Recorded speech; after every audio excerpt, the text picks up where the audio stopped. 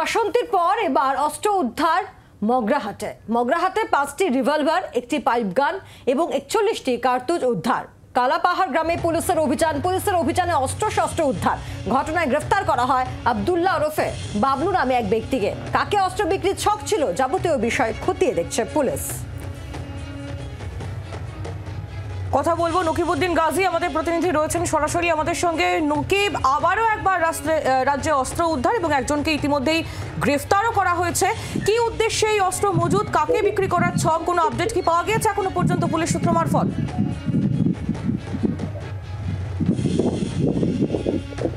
দেখো, তোমাকে প্রথমে বলে রাখি যে এই যে মগরাহাট এলাকায় এই যে যুবক যেটা আব্দুল্লাহ এবং তার ওরফে বাবলু, এই বাবলু কিন্তু দীর্ঘদিন ধরে অস্ত্র যে এই পাচার করা বা অস্ত্র বিক্রি করা, সেই বিক্রি কিন্তু দেখা যাচ্ছে এবং এটা কিন্তু সেই কারণে পুলিশের কাছে খবর আসে এবং সেই অস্ত্র মজুদ রাখার কারণে কিন্তু মগরাহাট থানা পুলিশ যায় এবং সেখানে তার ঘরের মধ্যে থেকে 5টি রিভলভার, একটি পাইপ গান এবং 41টি কার্তুজ উদ্ধার করে। এবং এই যে বেচাখানার মধ্যে বাবলুর কোনো ষড়যন্ত্র আছে এবং সেই বিষয়ে কিন্তু ইতিমধ্যে তদন্ত শুরু করেছে পুলিশ প্রশাসন। আমাদের এখানে আমরা যেখানে আছি diamond Harbour additional SP Mitul Kumar তার একটু জানার চেষ্টা করবো স্যার, সেখানটায় যে কিভাবে এই যে অস্ত্র পাচার হচ্ছে এবং বা কোথায় অস্ত্রগুলো যাচ্ছে এবং কিভাবে এই অস্ত্রগুলো কোথায় মজুদ রাখা হয়েছিল, কিভাবে সরাসরি একটু জেনে নেবো। স্যার, এই যে ধরা হচ্ছে বাবলুকে, এর আগে ক্রিমিনালের অ্যাক্টিভিটিস আছে বা এই অস্ত্রগুলো কোথায় নিয়ে এসছে বা কোথায় যাচ্ছে? এটা এর আগে আমরা যে অ্যান্টিসিডেন্টস এখন পর্যন্ত ভেরিফাই করতে পেরেছি বা যে জন্য আমরা জানতাম, সেজন্যই ওর উপর একটা ট্র্যাকও মগরাহাট থানা রাখছিল। তো এই ধরনের একটা ওর অ্যান্টিসিডেন্টস আছে। এর আগেও আলিপুরে প্রায় 6 বছর জেলবন্দি হয়েছিল এই আর্মস অ্যাক্টের এতেই কানেকশন।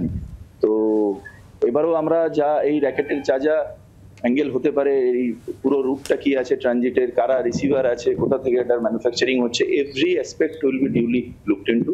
আমরা একদম শেষ পর্যন্ত যাবো। কোথায় যাওয়ার আছে বা বিক্রি করে এইসব, এইটার সেটাই বলছি আপনাকে যে প্রত্যেকটা অ্যাসপেক্টই এখন জাস্ট প্রিলিমিনারি স্টেজে আছে। ওকে আমরা রিমান্ডে নিয়েছি, তো সবগুলো অ্যাসপেক্ট আমরা একদম এর গভীরে যাওয়ার চেষ্টা করবো। এখন পর্যন্ত যেটা আমরা 5টা 1 শটার, একটা পাইপ গান এবং প্রায় 41 রাউন্ড মতো গুলি আমরা সিজ করতে সক্ষম হয়েছি। এর সঙ্গে কি আরো জড়িত আছে বলে মনে হয়? সেটাই বলছি আপনাকে যে প্রত্যেকটা বিষয়ে আমরা দেখবো যে কাদের আর ইনভলভমেন্ট আছে, কারা রিসিভার, কারা ম্যানুফ্যাকচারার, কারা ট্রান্সপোর্টার কি আছে, সবগুলো যা একটা এই ধরনের ক্ষেত্রে একটা সিজ হলে তার যে অ্যাসপেক্ট গুলো হয় এই ধরনের আর্মসের ক্ষেত্রে এই পুরো র্যাকেটের সবকটা ডাইমেনশন আমরা দেখবো ভালোভাবে। বুঝতে পারছো যে এই ধরনের যে যারা এই র্যাকেটের সঙ্গে যুক্ত এবং এই যে ব্যক্তিকে গ্রেফতার করা হয়েছে বাবলু, সে কি স্থানীয় বাসিন্দা নাকি বহিরাগত? কারণ আমরা দেখেছি যে এই রাজ্যে সম্প্রতি কিভাবে অস্ত্র নিয়ে একেবারে প্রকাশ্যে দাপাদাপির মতো ঘটনা ঘটেছে। বারবার করে যে প্রশ্ন আসছে যে রাজ্যে কিভাবে এত অস্ত্রের জোগান, আর তারপরে এই ঘটনা।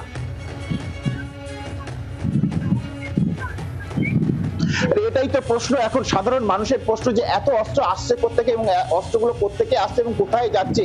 এবং এই যে ব্যক্তি আব্দুল্লাহ এবং ওরফে যে বাবলু, এই কিন্তু স্থানীয় মগরাহাট এলাকার বাসিন্দা, কালাপাহাড় এলাকার বাসিন্দা তিনি। এবং তার কাছ থেকে এ ধরনের এতগুলো কার্তুজ এবং এতগুলো যে দেশি বন্দুক এবং দেশি পাইপ গান যে উদ্ধার করেছে, এইটার পিছনে কোথায় এদের যোগ আছে এবং কোথায় এরা যায় এবং কোত্থেকে এরা মালগুলো নিয়ে আসে, সেটাই কিন্তু এখন তদন্তের বিষয়। এবং সেটা কিন্তু সেই রুটটা খোঁজার চেষ্টা করছে ডায়মন্ড হারবার অ্যাডিশনাল এসপি। এবং ইতিমধ্যেই কিন্তু সেই টিম কিন্তু তার বিভিন্ন জায়গায়, বিভিন্ন যে বর্ডার সিকিউর জায়গায়, সেই বর্ডার জায়গায় কিন্তু তারা বিভিন্ন থানার যে বর্ডারগুলো আছে সেই বর্ডারগুলো কিন্তু তারা চেকিং এর মাধ্যমে দেখতে চাইছে এবং দেখতে চাইছে এর রুটটা কোথায় আছে এবং এর সঙ্গে কারা কারা জড়িত আছে বা এই অস্ত্রগুলো কিভাবে তৈরি হতো, সেই তার কোনো কারখানা, কোন হরিশ, এটা কি বাইরের রাজ্য থেকে এখানে আসতো নাকি এখান থেকে বাইরের রাজ্যে যাচ্ছে, এটা কিন্তু বড় প্রশ্ন। সেইটাই কিন্তু সেই রুটটা ধরার চেষ্টা করছে পুলিশ প্রশাসন। ফলে কিন্তু এটা একটা বড় ধরনের সাফল্য সুন্দরবন ডায়মন্ড হারবার পুলিশ জেলার যে অ্যাডিশনাল এসপির নেতৃত্বে এই যে টিম, সেই টিম কিন্তু একটা বড় ধরনের সাফল্য এসেছে যে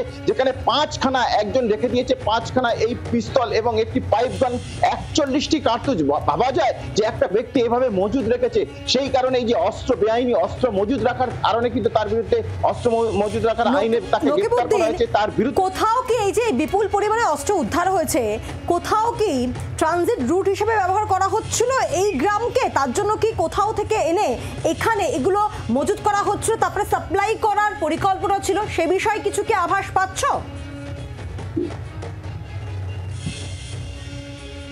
একদম একদম সেটা কিন্তু পুলিশের একটা অংশ পুলিশের সূত্রে আমরা যেটা জানতে পারছি যে এটা কোনো জয়নগর এবং বাসন্তী ক্যানিং এই এলাকার থেকে কিন্তু যোগ আছে এবং সেখান থেকে এই যে অস্ত্রগুলো আসা এবং যাওয়া এই ধরনের কিন্তু আছে। আর তোমাকে বলে রাখি যে এই আব্দুল্লাহ ওরফে বাবলু এ কিন্তু প্রিভিয়াস তার যে কেস আছে, অর্থাৎ তিনি একজন ডাকাতি কেসে কিন্তু 6 বছর জেল কেটেছে এবং এই যে অ্যাক্টিভিটিস, তার ক্রিমিনাল অ্যাক্টিভিটিস কিন্তু পুলিশের খাতায় আছে। ফলে কিন্তু এই যে বিষয়টা কিন্তু তার কাছে কিন্তু অনেকটাই যে নখদর্পণে কোথায় কোথায় এই যে বন্দুক যেত এবং কোথায় কোথায় বন্দুক নিয়ে আসা হবে সেটা কিন্তু নখদর্পণে। কারণ এটা একটা মাস্টার মাইন্ড পুলিশ প্রশাসনের, যেটা এই যে গ্রেফতার করার পরে এর কাছ থেকে পিসি নেওয়ার পরে এর কাছ থেকে জানা যাবে এবং কোথায় কোথায় এদের রুট আছে, কোথায় কোথায় যায় এই মালপত্রগুলো সেটা কিন্তু এর মধ্যে জানতে পারবে। ফলে বোঝা যাচ্ছে যে এই যে বেআইনি অস্ত্র, সেই বেআইনি অস্ত্র মজুদ রাখতে কিন্তু পুলিশ প্রশাসন যে এতটাই তারা যে সচেষ্ট হয়েছে এবং এই যে গোপন সূত্রে পুলিশ খবর পেয়ে যখন গেছে এবং তার বাড়ি থেকে এ ধরনের অস্ত্র পাওয়া গেছে, ফলে কিন্তু বোঝা যাচ্ছে কোন কোন জায়গা তারা যায় এবং কোন কোন জায়গা থেকে এই মালগুলো আসে, এই অস্ত্রগুলো যাবতীয় বিষয় খতিয়ে দেখছেন তদন্তকারী আধিকারিকরা, অফিসাররা। ধন্যবাদ তোমাকে। নকিবউদ্দিন গাজী ছিলেন আমাদের সঙ্গে সরাসরি প্রতিনিধি।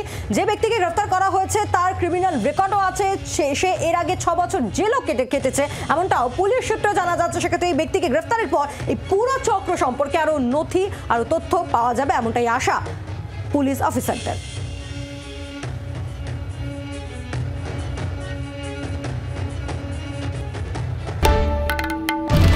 বাংলার আওয়াজ, বাঙালির আবেগ, জি 24 ঘন্টা।